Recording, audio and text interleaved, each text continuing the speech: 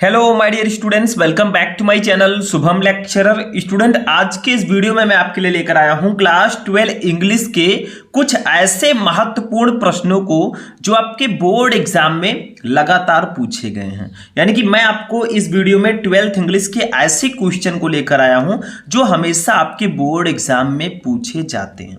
देखिए student, English में बहुत सारे ऐसे क्वेश्चन हैं जो बहुत ज़्यादा इंपॉर्टेंट हैं। उन्हीं क्वेश्चंस को मैं आप तक पहुंचाने का प्रयास करता हूं ताकि जितने भी स्टूडेंट इस बार 12th में हैं और जिनको 2024 में इंग्लिश का पेपर देना है उनको बहुत ही ज़्यादा हेल्प मिल सके। और अब की बार जो हमारा टारगेट है हिंदी में 100 में 97 98 का वो पूरा हो सके। देखिए स्टूडेंट, आप तब तक 100 में 95 प्लस नहीं ला पाएंगे जब तक आप लोग दृढ़ निश्चय नहीं करेंगे कि अब की बार हमें भैया टॉपर बनकर रहना है। तो मैं आपको पूरी तैयारी कराता हूं। आज की इस वीडियो में हम क्लास 12 इंग्लिश के जो सप्लीमेंट्री रीडर है, देखिए प्रोज के मैंने बहुत सारे क्वेश्चन आपको प्रोवाइड करा दिए। अब प्रोज, पोएट्री और सप्लीमेंट्री में हमारा लिटरेचर डिवाइड है, ठीक है। तो आज हम सप्लीमेंट्री रीडर के चैप्टर 1 से लेकर चैप्टर 6 तक जितने भी मोस्ट इंपोर्टेंट क्वेश्चन है, वीवीआई क्वेश्चन, उनको हम इस वीडियो में आपको हिंदी मीनिंग के साथ बताएंगे। क्वेश्चन बहुत ज्यादा इंपॉर्टेंट है और आपके सप्लीमेंट्री में जितने चैप्टर हैं पूरे चैप्टर के, यानी कि इंग्लिश के सप्लीमेंट्री के पूरे बुक के इंपॉर्टेंट क्वेश्चन को हम एक ही वीडियो में कवर करेंगे। ऐसा वीडियो आपको बार बार नहीं मिलेगा। तो मैं यही कहूंगा कि आप लोग कॉपी पेन लेकर बैठ जाइए। जितनी भी चीजें मैं आपको समझा रहा हूं ध्यान से समझिएगा, ठीक है। देखिए कौन कौन से चैप्टर हैं जिनके हम इस वीडियो में क्वेश्चंस को पढ़ेंगे। सबसे पहला चैप्टर है the third level, second chapter है the tiger king, third chapter है journey to the end of the earth, fourth है the enemy, fifth number chapter है on the face of it और सिक्स नंबर चैप्टर है memories of childhood. इन 6 chapter के questions को हम इस वीडियो में कवर करेंगे। तो इस वीडियो को लाइक कर दीजिए, चैनल पर नए चैनल को सब्सक्राइब कर लीजिए ताकि सभी वीडियो आपको टाइम से मिलते रहे। चलिए देखते हैं एक एक क्वेश्चन को।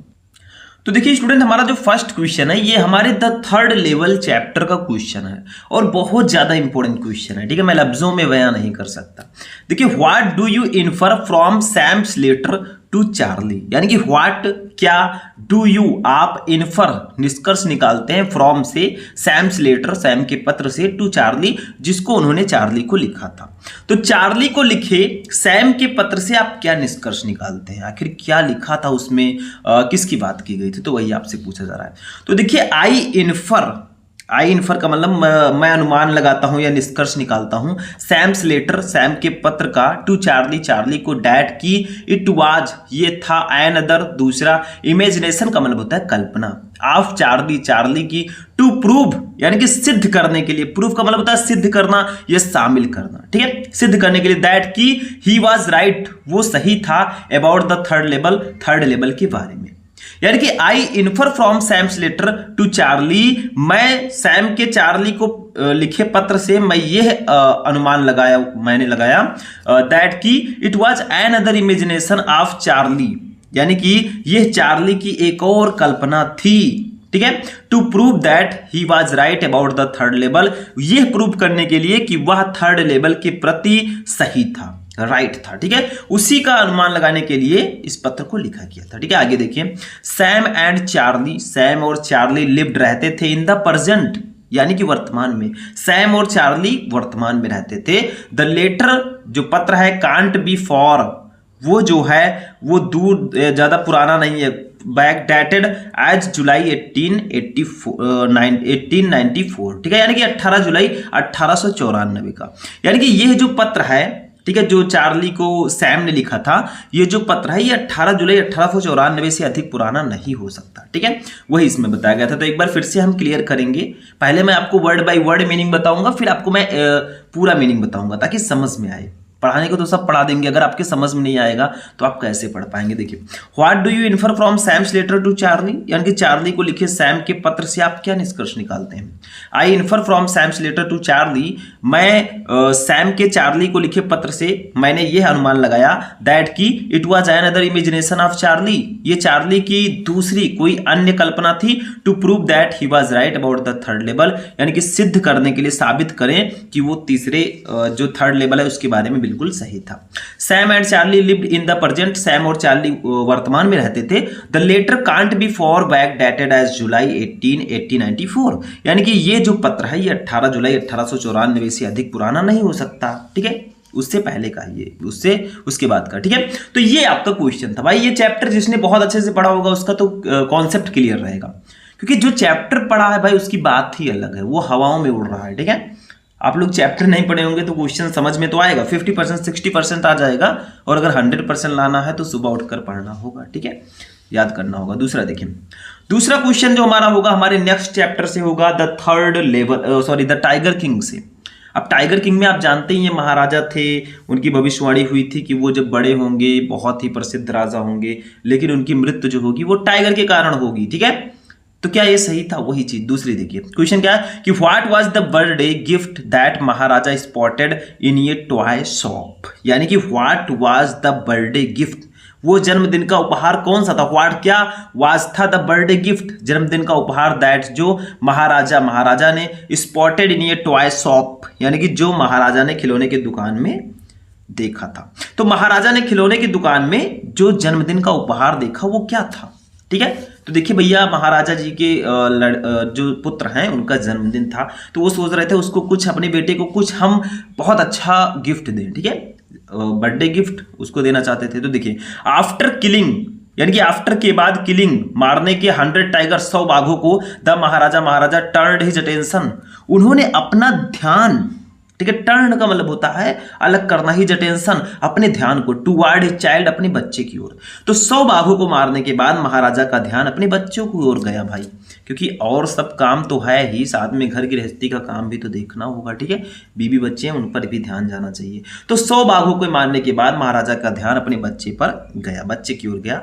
The third birthday of his son was to be celebrated, यानी कि द थर्ड बर्थडे, तीसरा जन्मदिन ऑफ हिज सन, अपने पुत्र का, वाज टू बी सेलिब्रेटेड, यानी कि मनाया जाना था। तो उनके बेटे का तीसरा जन्मदिन मनाया जाना था, ठीक है, थर्ड बर्थडे, ठीक है। फिर होता क्या, देखिए, सो ही वांटेड, सो इसलिए ही वांटेड, वो चाहते थे, टू गिव देना, हिज सन अपने पुत्र को, ए स्पेशल गिफ्ट, एक special gift on his birthday, उसके जन्मदिन पर। इसीलिए वो अपने बेटे को उसके जन्मदिन पर एक खास तोहफा देना चाहते थे। भाई सभी लोग चाहते हैं मैं कुछ स्पेशल दूं, ठीक है, बर्थडे पर, अब वो बच्चा हो या कोई भी हो, ठीक है। आगे देखिए, he went from shop to shop, यानी कि वो बेंट गए फ्रॉम शॉप टू शॉप, यानी कि एक दुकान से दूसरी दुकान पर वो घूमते रहे। अट्रैक्टेड हिज अटेंशन, अपने ध्यान को अट्रैक्ट करने के लिए, एंड और ही डिसाइडेड, उन्होंने निर्णय लिया, टू गिफ्ट उपहार देने का, हिज सन अपने पुत्र को, विथ ए वुडन टाइगर, एक लकड़ी का बाघ। तो आखिरकार एक खिलौने की दुकान पर उनका ध्यान आकर्षित किया, एक खिलौने की दुकान ने, और उन्होंने अपने बेटे के लिए एक लकड़ी का बाघ उपहार में देने का फैसला किया। He took it away with him, वो उसे अपने साथ ले आया, ठीक है, ले गया। तो भैया यही जो लकड़ी का बाघ है यही महाराजा की मृत्यु का कारण बना था, आप सबको पता है। उसका एक छोटा सा टुकड़ा उनके हाथ में जाकर चुभ गया और वो संक्रमण फैल गया और महाराजा की मृत्यु हो गई। और फाइनली जो भविष्यवाणी थी कि आपकी जो मृत्यु होगी वो एक टाइगर के कारण होगी, तो सच में टाइगर के कारण हुई, भले ही वो लकड़ी का टाइगर था, ठीक है, ऐसा नहीं बताया गया था कि लकड़ी का होगा या जीवित होगा, ठीक है। तो क्वेश्चन था कि what was the birthday gift that Maharaja spotted in A toy shop, यानी कि महाराजा ने खिलौने की दुकान में जो जन्मदिन का उपहार देखा वो क्या था, ठीक है। After killing 100 tiger the Maharaja turned his attention toward his child, यानी कि 100 बाघों को मारने के बाद महाराजा का ध्यान अपने बच्चे की ओर गया। The third birthday of his son was to be celebrated, अब उनके बेटे का तीसरा जन्मदिन मनाया जाना था। So he wanted to give his son ये special gift on his birthday, इसलिए वो अपने बेटे को उसके जन्मदिन पर एक खास तोहफा देना चाहते थे।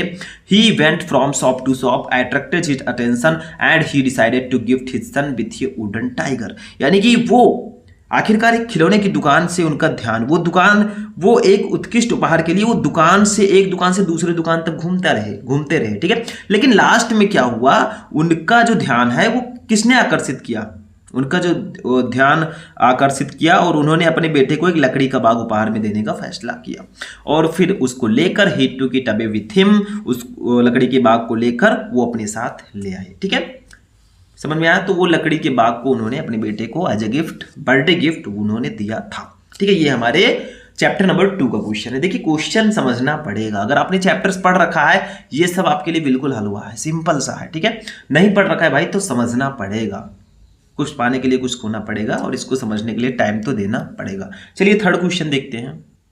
अब देखिए स्टूडेंट, जो हमारा थर्ड क्वेश्चन है ये हमारे थर्ड चैप्टर से होगा, journey to the end of the earth, यानी कि पृथ्वी के अंत तक की यात्रा भाई। ठीक है, किसने कैसा इसको आप लोगों को पता होगा इसी चैप्टर में। ठीक है, तो देखिए describe the environmental of Antarctica, यानी कि अंटार्कटिका के पर्यावरण का वर्णन करो, कैसा है वहां का पर्यावरण ये आपको बताना है। देखिए Antarctica is a harsh and barren continent, यानी कि अंटार्कटिका इज है ये हार्श, एक कठोर एंड बैरन और बंजर कंटिनेंट महाद्वीप कवर्ड जो ढका हुआ है बाई ए थिक का मतलब होता है मोटी बर्फ की चादर, आइस सीट मोटी बर्फ की चादर से।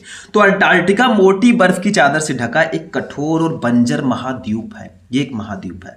The region has low temperature, यानी कि द रीजन इस क्षेत्र में हैज लो टेम्परेचर का मतलब होता है कम तापमान, लिटिल प्रेसिपिटेशन यानी कि कम वर्षा, एंड लिमिटेड प्लांट लाइफ और सीमित पौधों का जीवन है। इस क्षेत्र में कम तापमान है, कम वर्षा है और सीमित पौधों का जीवन है। देखिए कोस्टल एरियाज का मतलब होता है जो तटीय क्षेत्र होते हैं। ठीक है, सपोर्ट सी बर्ड्स समुद्री पक्षी जो होते हैं, पेंगुइन एंड सील्स और जो सील होते हैं, व्हाइल मैरीन लाइफ, ठीक है, जो समुद्री जीवन होता है, मैरीन लाइफ समुद्री जीवन, सच एज क्रिल वो एक क्रिल, व्हेल एंड फिश और मछली, ठीक है, thrive in the surrounding water, यानी कि पानी के चारों तरफ पानी में पनपते हैं। ठीक है, तो देखिए इनका कहना है कि तटीय क्षेत्र समुद्री पक्षी सपोर्ट सी बर्ड्स, ठीक है, पेंगुइन, सील्स और जो समुद्री जीवन है, ठीक है, समुद्री जीवन है, इसमें क्रिल, व्हेल और मछली जैसे समुद्री जीवन आसपास के पानी में पनपते हैं। ठीक है, तो क्वेश्चन आपका था कि describe the environment of Antarctica, यानी कि अंटार्कटिका के पर्यावरण का वर्णन करो। तो Antarctica is a harsh and barren continent covered by a thick ice sheet, यानी कि अंटार्कटिका मोटी बर्फ की चादर से ढका एक कठोर और बंजर महाद्वीप है। The region has low temperature, little precipitation and limited plant life, यानी कि ये जो महाद्वीप है इस क्षेत्र में कम तापमान है, कम वर्षा है और सीमित पौधों का जीवन है, पौधों का जीवन लिमिटेड है। ठीक है, coastal areas support sea birds, penguins and seals, while marine life such as krill, whales and fish thrive in the surrounding waters, यानी कि यहाँ पे क्या है कि तटीय क्षेत्र समुद्री पक्षी, पेंगुइन और सील का समर्थन करते हैं, जबकि क्रिल, व्हेल और मछली जैसे समुद्री जीवन आसपास के पानी में पनपते हैं। ठीक है, समझ में आया? तो ये आपका जैसे तटीय क्षेत्र में क्या होगा, समुद्री पक्षी, पेंगुइन और सील ये सब पाए जाएंगे, और क्रिल, व्हेल और मछली जैसे ये सब समुद्री जीवन में समुद्र में रहते हैं। ठीक है, नेक्स्ट क्वेश्चन हमारे नेक्स्ट चैप्टर से होगा क्वेश्चन नंबर 4। एक चैप्टर के एक क्वेश्चन हम पढ़ रहे हैं, 6 चैप्टर है, 6 क्वेश्चन पढ़ेंगे। ठीक है, देखिए क्या है क्वेश्चन है कि why was Sadao sent to America, यानी कि व्हाई वाज सदाओ, क्यों वाज सदाओ ने सेंट टू अमेरिका, मतलब इनका कहना है कि डॉक्टर सदाओ के पिता ने उनको अमेरिका क्यों भेजा। ठीक है, मतलब इसका कहना है कि why was Sadao sent to America, यानी कि सदाओ को अमेरिका क्यों भेजा गया, किसने भेजा था, उनके पिताजी ने। क्वेश्चन इस प्रकार से भी आ सकता है कि why did doctor Sadao's father sent him to America, दोनों सेम ही क्वेश्चन है, मतलब उसको अमेरिका भेजा क्यों गया, क्या पर्पस था उनका। भाई किसी को कोई कहीं भेज रहा है, जैसे आपके पिताजी आपको अमेरिका भेज रहे हैं तो भाई आपको पढ़ाई करने के लिए भेज रहे होंगे, ठीक है, या कहीं भेज रहे हैं। तो देखिए सदाओ जानता था दैट की हिज एजुकेशन, उसकी शिक्षा वाज थी हिज फादर्स चीफ कंसर्न, यानी कि हिज फादर उनके पिताजी की चीफ कंसर्न, चीफ का मतलब होता है मुख्य, कंसर्न का मतलब होता है चिंता। तो सदाओ जानता था कि उसकी शिक्षा उसके पिता की मुख्य चिंता थी। फॉर दिस रीजन, इस कारण से ही हैड बीन सेंड, उसे भेजा गया एट 22, यानी कि 22, ठीक है, 22 में कहाँ भेजा गया, टू अमेरिका टू लर्न, सीखने के लिए, ऑल दैट्स, यानी कि सभी के बारे में, दैट जो कुछ ही कुड बी लर्न वो सीख सकता था, आप सर्जरी के बारे में, एंड मेडिसिन और मेडिसिन के बारे में। तो इस कारण से उसे सर्जरी और चिकित्सा के बारे में जो कुछ भी सीखा जा सकता था उसे सीखने के लिए 22 साल की उम्र में अमेरिका भेजा गया। देखिए 22 लिखा है, 22 साल की उम्र में भेजा गया था, किस लिए भेजा गया था, सर्जरी और मेडिसिन के बारे में जानने के लिए। देखिए ही हैड कम बैक, यानी कि ही हैड कम बैक, वो वापस आए थे 30 साल की उम्र में, 22 साल की उम्र में गए और 30 साल की उम्र में वो वापस आए, 8 साल बाद, ठीक है, एंड बिफोर, और इससे पहले हिज फादर डाइड, उनके पिताजी की मृत्यु से पहले, यानी कि वह 30 साल की उम्र में वापस आए थे और उसके पिता की मृत्यु से पहले ही हैड सीन, उन्होंने देखा सदाओ सदाओ बिकम फेमस, यानी कि प्रसिद्ध, not only as a surgeon, एक सर्जन के रूप में, सिर्फ एक सर्जन, ना सिर्फ एक सर्जन के रूप में, but also as a scientist, बल्कि एक वैज्ञानिक के रूप में। ठीक है, तो अपनी वो 30 साल की उम्र में वापस आए थे और अपने पिता की मृत्यु से पहले उन्होंने सदाओं को ना केवल सर्जन के रूप में बल्कि एक वैज्ञानिक के रूप में प्रसिद्ध होते देखा था। मतलब वो जो सदाओं है वो एक सर्जन ही नहीं बल्कि एक वैज्ञानिक के रूप में वापस आए थे। ठीक है, तो क्वेश्चन था कि why was Sadao sent to America, सदाओं को अमेरिका क्यों भेजा गया? तो मेनली उनको सर्जरी और मेडिसिन की पढ़ाई के लिए अमेरिका भेजा गया था। तो फिर से एक बार बताते हैं, Sadao knew that his education was his father chief concern, सदाओं को पता था कि उसकी पिताजी की मुख्य चिंता उसकी शिक्षा थी। ठीक है, for this reason he had been sent at 22 to America, यानी कि इसी कारण से उसे 22 साल की उम्र में अमेरिका भेजा गया। किस कारण से? To learn all that could be learn of surgery and medicine, कि उसको जितना ज्यादा वो सीख सकता था उतना सर्जरी और मेडिसिन के बारे में सीख सके। ठीक है, he had come back at 30, वो 30 साल की उम्र में वापस आए थे। And before his father died he had seen Sadao become famous not only as a surgeon but as a scientist. तो जब वो 30 साल की उम्र में वापस आए अपने पिताजी की मृत्यु से पहले, तो उनके पिताजी ने सिर्फ उनको, ठीक है, सिर्फ उनको एक सर्जन के रूप में ही नहीं देखा बल्कि एक साइंटिस्ट के रूप में भी देखा। ठीक है, तो ये आपका क्वेश्चन था कि उनको सर्जरी और मेडिसिन के लिए अमेरिका भेजा गया था। मेन जो आपका पॉइंट है वो ये है। ठीक है, तो ये हमारा था क्वेश्चन नंबर 4। चलिए नेक्स्ट क्वेश्चन देखते हैं। तो देखिए स्टूडेंट, हमारा जो नेक्स्ट क्वेश्चन है क्वेश्चन नंबर 5, ये हमारे चैप्टर 5 का क्वेश्चन है, on the face of it chapter का। ठीक है, तो क्वेश्चन आपका क्या है कि what is the state of Derry's mind due to his burned face, यानी कि व्हाट क्या इज है द स्टेट स्थिति ऑफ डेरीज माइंड, यानी कि डेरी के मस्तिष्क का, या आप कैसे कह सकते हैं मानसिक स्थिति। ठीक है, ड्यू टू के कारण, हिज बर्न्ड फेस उसके जले हुए चेहरे, यानी कि उसके जले हुए चेहरे के कारण डेरी की मानसिक स्थिति क्या है, मतलब उसका चेहरा जला हुआ है तो भैया मानसिक स्थिति जो होगा वो बहुत खराब होगा। क्योंकि अगर आपका चेहरा ही जला हुआ है, जो कि आप मेन अट्रैक्शन है, चेहरा जो है वो सबसे महत्वपूर्ण भूमिका है हमारे बॉडी का, तो उसका चेहरा जला हुआ है तो उसकी जो मानसिक स्थिति होगी वो थोड़ा सा बेटर नहीं होगा। ठीक है, तो वही आपसे पूछा जा रहा है कि जले हुए चेहरे के कारण डेरी की मानसिक स्थिति क्या है। तो देखिए, डेरी सफर, डेरी जो है वो सफर, ग्रसित है या ग्रस्त है, सफर का मतलब होता है ग्रस्त होना या बीमार होना, फ्रॉम से इंफीरियोरिटी कॉम्प्लेक्स, इंफीरियोरिटी का मतलब होता है हीन, कॉम्प्लेक्स का मतलब होता है भावना, ड्यू टू के कारण, हिज बर्न्ड फेस अपने जले हुए चेहरे के कारण। तो इसका मतलब है कि डेरी अपने जले हुए चेहरे के कारण हीन भावना से ग्रस्त है। ठीक है, ही थिंक्स वो सोचता है, पीपल लोग, आर अफ्रेड वो डरते हैं, ऑफ हिम उससे, वो सोचता है कि लोग उससे डरते हैं, उसके चेहरे को देखकर डरते हैं। ठीक है, जैसे हॉरर मूवीज देखकर लोग डरते हैं।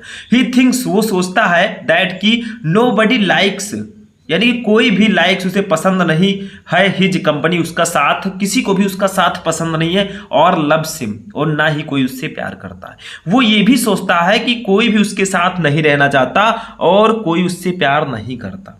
मतलब वो सोचता है कि किसी को भी उसका साथ पसंद नहीं है, उसकी कंपनी किसी को पसंद नहीं है। ठीक है, और ना ही उससे कोई प्यार करता है। भाई जब अपना तबीयत खराब रहता है तो आप लोग खुद सोचते होंगे यार कुछ भी नहीं है इस जिंदगी में। ठीक है, ऐसा लगता है।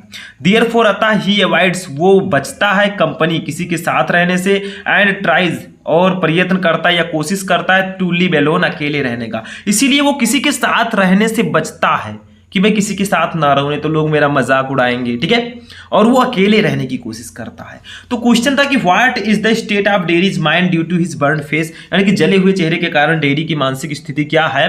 तो Derry suffer from inferiority complex due to his burned face, यानी कि डेरी अपने जले हुए फेस के कारण हीन भावना से ग्रस्त है। He thinks people are afraid of him, वो सोचता है कि लोग उससे डरते हैं। He thinks that nobody like his company, वो सोचता है कि कोई किसी को भी उसके साथ रहना पसंद नहीं है, और लव्स हिम और कोई भी उससे प्यार नहीं करता। Therefore he avoids company and tries to live alone, इसलिए वो किसी के भी संगत में रहने से बचता है कि मैं किसी के भी साथ ना रहूं, और वो अकेले रहने की कोशिश करता है। तो ये आपका होगा क्वेश्चन नंबर 5। चलिए नेक्स्ट क्वेश्चन देखते हैं। नेक्स्ट क्वेश्चन 6 नंबर देखिए क्या है।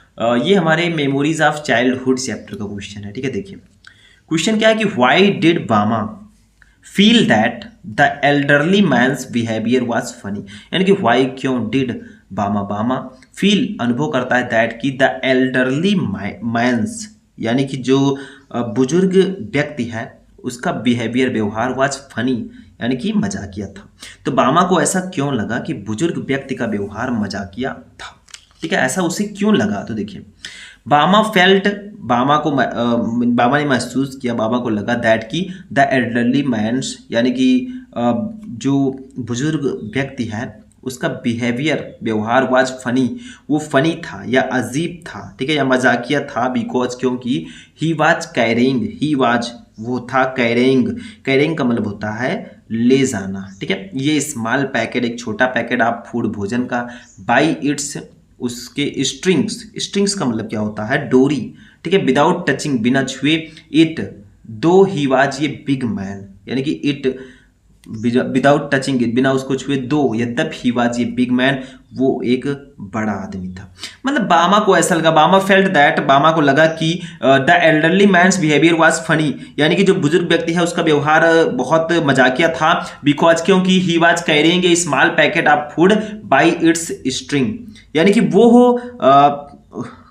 वो जो है वो एक भोजन के एक छोटे से पैकेट को बिना छुए डोरी से पकड़कर ले जा रहा था, विदाउट टचिंग इट बिना छुए, दो he was a big man यद्यपि वो जो है एक बड़ा आदमी था, ठीक है। सी थॉट उसने सोचा, इट क्वाइट फनी यानी कि उसे ये काफी मजाकिया लगा, ठीक है, क्योंकि भाई बिना छुए वो भोजन का एक छोटा सा पैकेट डोरी से पकड़कर ले जा रहा था, बिना छुए, ठीक है, डोरी से पकड़कर, तो इससे वो बहुत ज्यादा फनी लगा। तो क्वेश्चन था कि why did Bama feel that the elderly man's behaviour was funny, यानी कि बामा को ऐसा क्यों लगा कि बुजुर्ग व्यक्ति का व्यवहार मजाकिया था। तो Bama felt that the elderly man's behaviour was funny, Bama को ऐसा लगा कि जो बुजुर्ग व्यक्ति है उसका व्यवहार बहुत ज्यादा फनी था, बिकॉज क्योंकि he was carrying a small packet of food by its string, वो जो है एक भोजन के एक छोटे से पैकेट को बिना छुए, विदाउट टचिंग इट बिना छुए एक डोरी से पकड़कर ले जा रहा था, ठीक है। इट दो ही वाज ये बिग मैन यद्यपि वो एक बड़ा आदमी था, सी थॉट इट क्वाइट फनी इसलिए उसे ये काफी मजाकिया लगा, ठीक है। तो ये आपका क्वेश्चन था और ये आपका आंसर हो गया, ठीक है। तो आज की इस क्लास में हमने पढ़ा क्लास 12 इंग्लिश के चैप्टर 1 से लेकर चैप्टर 6 तक सारे क्वेश्चंस को। चैप्टर्स पढ़ रखे होंगे, बहुत अच्छी बात है, आप लोग इसको अच्छे से एक्सप्लेन कर पाएंगे, ठीक है, अच्छे से समझ पाएंगे। तो आज का ये इंपॉर्टेंट क्लास यहीं पर फिनिश होगा, ठीक है। और भी किसी टॉपिक पर आपको वीडियो चाहिए आप लोग कमेंट करके बता सकते हैं और इसके मैं आपको आगे सारे क्वेश्चंस जो बचे हैं वो भी मैं आपको आगे बताता रहूंगा, ठीक है। तो आज की क्लास यहीं पर फिनिश होंगी, मिलेंगे हम नेक्स्ट वीडियो में नेक्स्ट टॉपिक के साथ, तब तक के लिए जय हिंद।